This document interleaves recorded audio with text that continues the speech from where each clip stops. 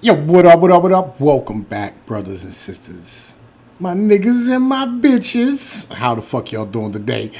Man, listen. All right. I'm a news channel, so I'm going to cover some news today. There was a French election held, right? And I think it's kind of important, you know what I'm saying? We kind of watch this one because it's most definitely an interesting motherfucking election, right? It's one of those things where, like, literally, you know, it could really determine some things, right? In the end of the day, it could, you know, I mean, like, be something that's, you know, I mean, kind of serious as far as stuff's really concerned. All right. So the matchup, you know, I'm saying, as far as things concerned, had like 10, 15 candidates. Two of them came out on top. They have two rounds of voting in France. One where they stand here and actually like do like kind of a primary thing for everybody, and then the two that come out on top, they have a runoff, right? I'm not absolutely sure when the runoff is. I think it's later on this summer, but this is most definitely interesting. So the two people are the same two people who, you know what I mean, were running back in 2012 and 2017, right? Emmanuel Macron and Marine Le Pen, right? Kind of an important thing as far as stuff's concerned.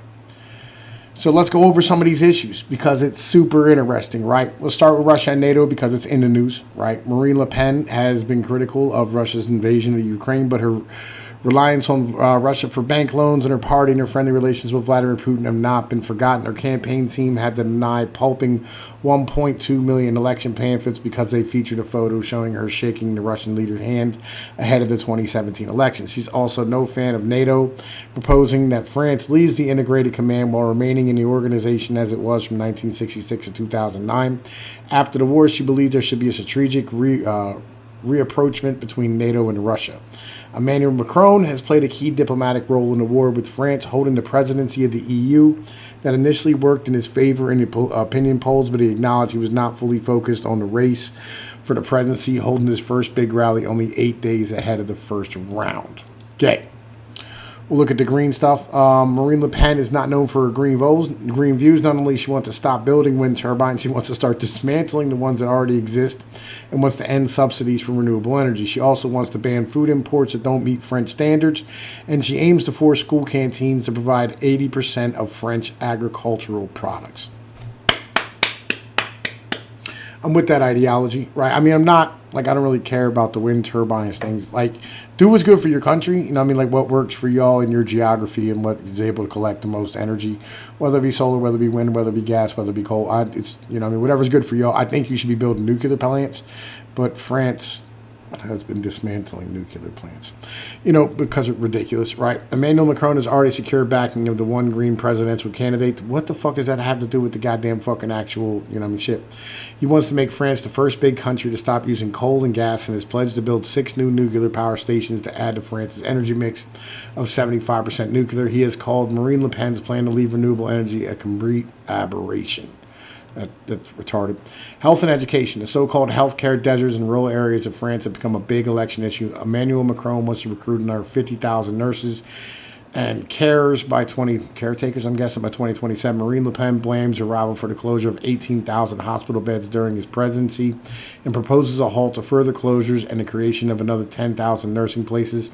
Mr. Macron also wants to focus on vocational education with the 50% increase in paid work placements. All schools should provide more sporting activities so that all 6 or 12-year-olds would do 30 minutes of sport every day from September. All right, well, that's, you know what I mean, really nice, you know what I mean, as far as stuff's concerned.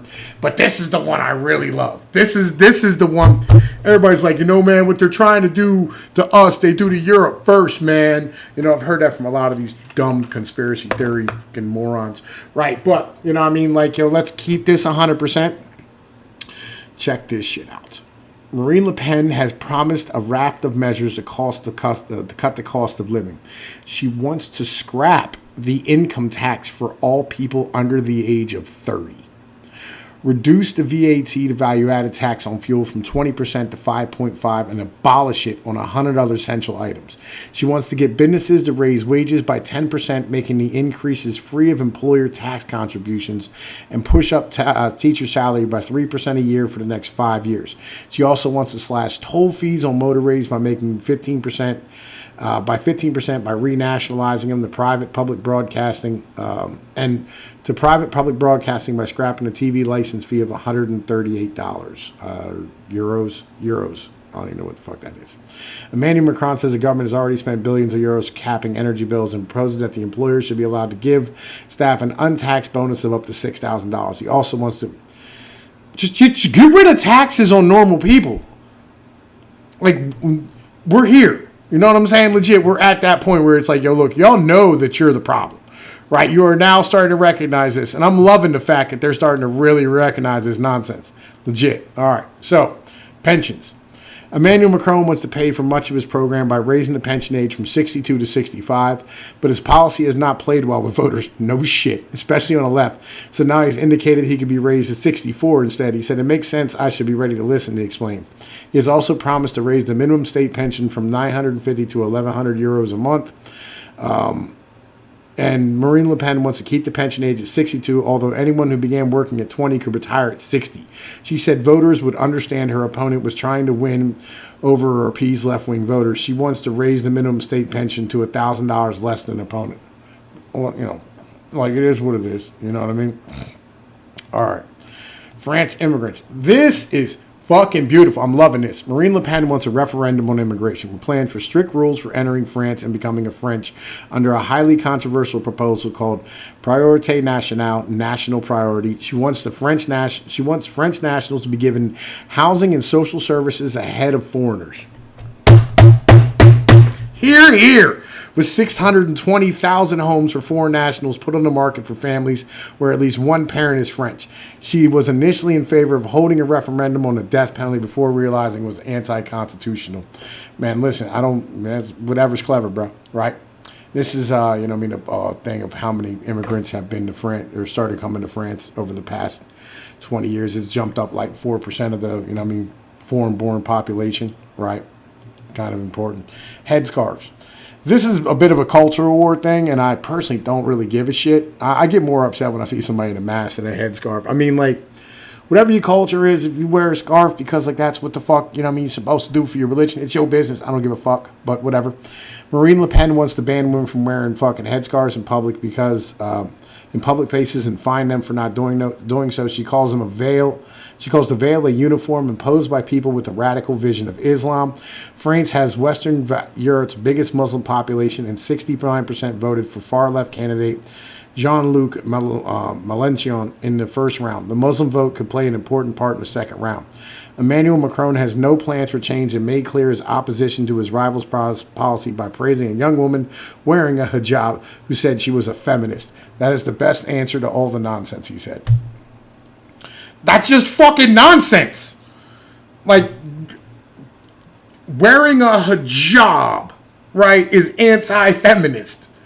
That is the dumbest shit I've ever heard. Like, what? Yo, liberals are fucking stupid. Jesus Christ. All right, last but not least, let's talk about this, right?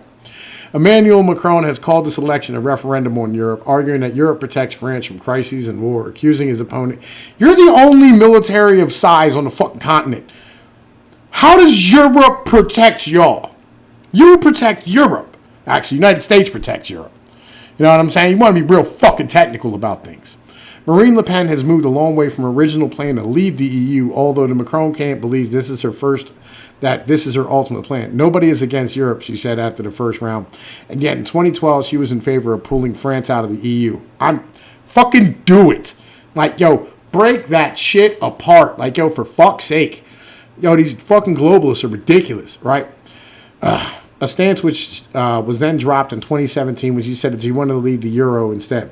Now she says she wants to stay within the European Union but change it from the inside to achieve a Europe of sovereign nationals, says Slavy Kaufman of French newspaper Le Monde. She has also vowed to halt all cooperation with Germany, including military tank and warplane projects. Yo, let's get it, nigga, let's get it. Yo, y'all start World War III, son, we staying out of it, bro. I don't want no parts. Yo, what happens when, like, two NATO partners go to war? Like, I don't think that's ever fucking happened. Like, legit, like, yo, if them motherfuckers start getting it in again, like, yo, if France and Germany start getting it done, I'm be like, yo, do what y'all do. Right, legit. I'm going to be back home screaming, stay home.